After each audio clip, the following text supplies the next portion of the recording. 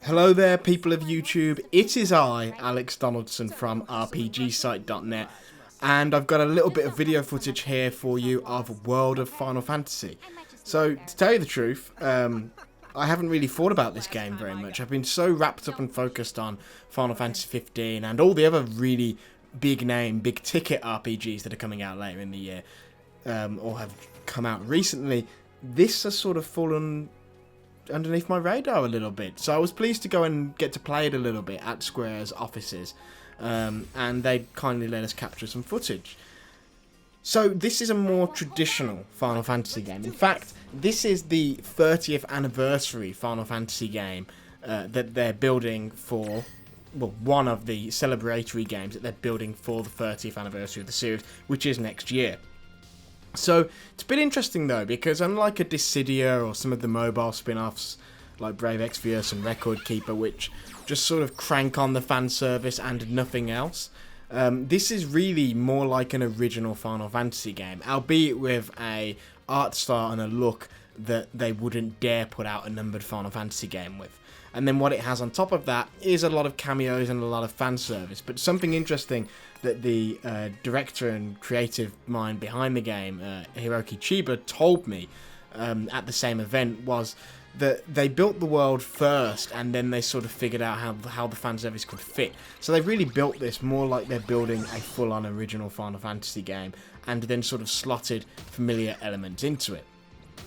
So one of the things that's interesting about this game, as you can see, is it's a much more traditional turn-based battle system. It even, stays short of going too crazy on the animations. Like you'll notice when I hit attack, the character doesn't actually run up and physically do it. They just sort of slash from the other side of the screen, more like a Nintendo or Super Nintendo Final Fantasy title. And there's a lot of that. I mean, this is a Vita game as well, so you can see perhaps where some of that restraint would come from, but it's interesting. Also interesting is the new mechanic, which is the stacking. So you can see that these characters have other characters on top of their heads. Now, you can actually catch creatures in this game a bit like Pokemon. You weaken them and then you catch them. In fact, you're about to see it happen right here. So I'm imprisoning this creature, and what that does is that makes them part of my team then. So I can use that creature and stack it as part of one of my characters. And that's almost like your party. So you always have these two guys, and then you can stack stuff on top of them. And the abilities of the creatures stacked on top of them will pass down, so to speak. So if you want fire, you'll stack a character who has an ability, who has the fire ability. And then later on, there's the ability for the characters, it appears, to learn things from the creatures they fight with. So that's pretty interesting, I think. It's a weird Pokemon meets Final Fantasy thing. Every single one of the creatures has what they call a Mirage board, which is basically like the Sphere Grid from Final Fantasy X. So that's interesting too. Like, that's quite a lot of depth because there's over 200 creatures. And you can see on this screen there's small, medium, and large creatures. So basically, you always only ever have 3. You're not going to have 20 things stacked. And one of them will always be small, one of them will always be medium, and one of them will always be large. The main characters can be either large or medium. The large version of them is they look more like Kingdom Hearts characters, and you can change between the sort of chibi, they're called Lilikin, the Lilikin form, and the normal form at will.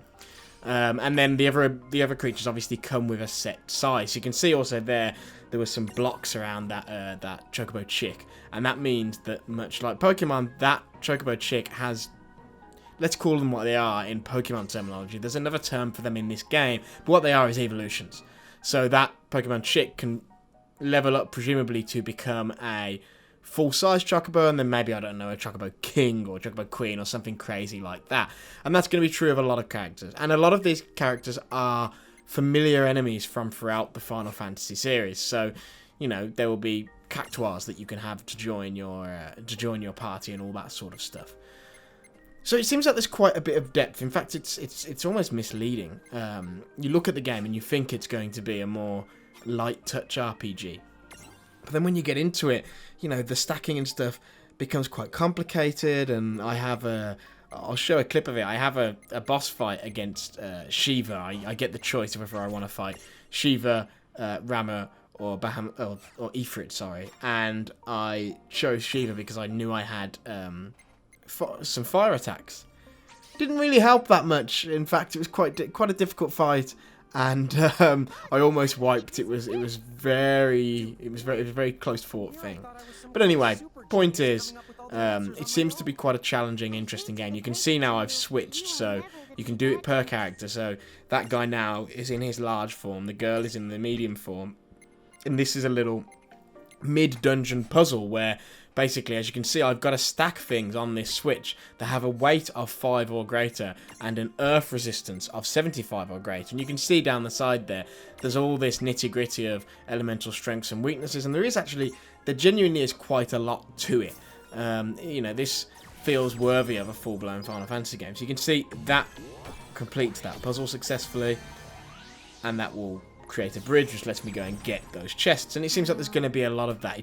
This seems like a fully fledged RPG and much more traditional to the original Final Fantasy games. Like, if you're one of the people who has been unhappy with the fact that 15 is now more of an action game, you can see here this is probably giving you at least part of what you want. You have turn-based battles and all that sort of stuff, and I think the creature capturing, it just adds a different flavour, a different edge to everything.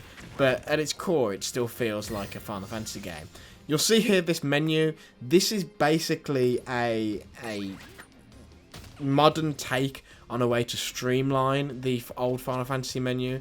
So basically, you just press a direction, and each direction has 4 attacks on it.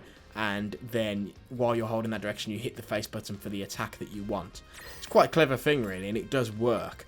But, you see there it says L1 Classic. You can hit L1 at any time, and that gives you a classic select from a menu thing, the likes of which we haven't seen since Final Fantasy X. So that's great. You know, a nice simple menu also available if you so wish. But actually, this new menu is pretty nice. It's like a simplified take on it all. Aside from all this, you know, I think the game's got lovely music. I think the tone's pretty funny. You know, there's some great little storyline script moments going on. I've just got a lot of time for this game. You know, we'll see how good the final thing is. You never do know. You know, an hour at a preview event is never quite enough to really get to know a game. But I played this and was like, okay, this is something that I can definitely see myself putting some significant time into, especially if the combat does ramp up in difficulty. And like I say, maybe it was because I should have stuck around in the area prior a bit more and looked after myself a bit more. But the battle against Shiva was quite challenging. In a few, I'll also switch over. I'll show you a little bit of the Shiva battle, but not all of it. And then I'll switch us over to some footage in a different area where you can see a battle just in a more brightly lit area. But also you get to see one of the coolest features of the game, which is, of course, that traditional Final Fantasy characters do show up in the game. So the one I've got is Tidus, and it's not a story sequence where he shows up. It's literally... it's using him like a summon creature in battle, which you'll be able to do with certain characters. But they are going to show up throughout the game. And again, speaking to the director, Mr. Chiba, it was interesting. You know, he was talking about how, for instance, one of the ways he feels like the game is original is that this world was designed first, as I said earlier, but also the characters that you get live in this world. So whereas in Dissidia, the Tifa and the Cloud you get in that world are the characters from Final Fantasy VII. It is those characters. They've been plucked out of their own world by the gods and put into Dissidia to perform a task. Here, the Tifa that appears, for instance, and the Cloud that appears just lives in this world, which is called Grimoire, by the way.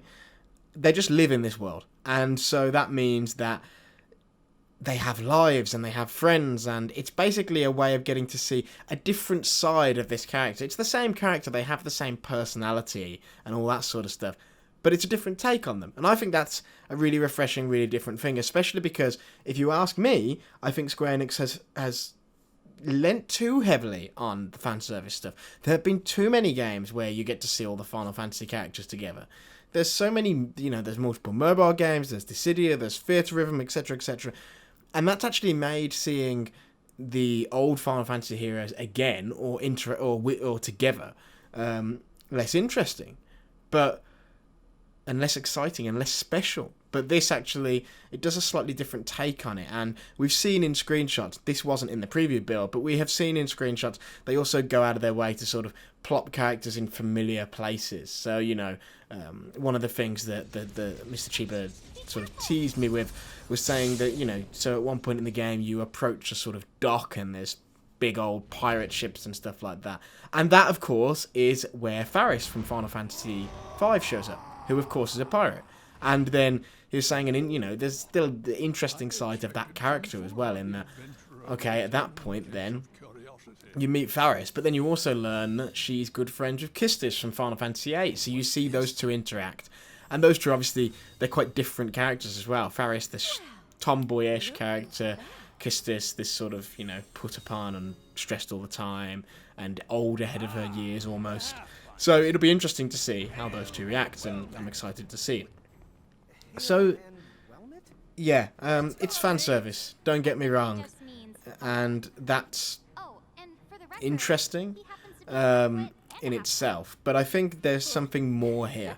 And I think also, you know, I've had a look at the Vita version, and it looks great. There's not actually that much difference. Square Enix put out some great comparison videos too. It is a more simplistic game by its very nature, but there's something to be said for that. I mean, you know, I think Final Fantasy 15 visually looks fantastic, but there's a lot more charm to this game right away than there is to 15. You know, I'm not 100% on board with these character models here. They're a little bit too Kingdom Hearts for my liking, but I really like the little chibi Lillikin characters that are around when you play them. I really like those versions of the original Final Fantasy cast as well. So, colour me impressed. I mean, Andrea, obviously, she played this at Gamescom and she wrote a glowing preview, which is on the site now. You can also find in text form a bit of a chat between me and Mr. Chiba, the director, where he talks about some of the things that I referenced in this video. But yeah, I'm really, really into what I saw of this game. I feel like between this and Dragon Quest Builders, Square is having a bit of a role of these I don't want to say niche, but these games that people pay much less attention to, that are still really, really good and really, really interesting. You know, not everything can have the huge budget and be a Final Fantasy 15 or a Deus Ex Human Revolution or Mankind Divided even. Not everything can be that. But unlike many games, World of Final Fantasy seems to know that. It seems to know its constraints. It seems to know that it's not a big budget game and just works within that. And I think that actually works in its favour, because the restriction gives this a more classic Final Fantasy feel, like when the games were smaller affairs. And that's a really nice thing. So yeah, that is World of Final Fantasy. I will let a little bit of the Shiva battle run here, because crikey, she's difficult. And then afterwards I realised, the PR told me, yeah, you could have picked Rama because you also had Earth, but I just didn't think that about the Earth lightning correlation. I just thought about, oh, I've got fire. I can't imagine how difficult he would be, because no weakness as far as he goes. But yeah, I mean, it seems to have everything that I would want. I don't know if I'm yet convinced in the idea of playing this in terms of a handheld title, because as you'll notice, the loads in and out of battles, they aren't the snappiest. And that's, this is PS4 obviously, so I'm curious how that'll hold up on the Vita.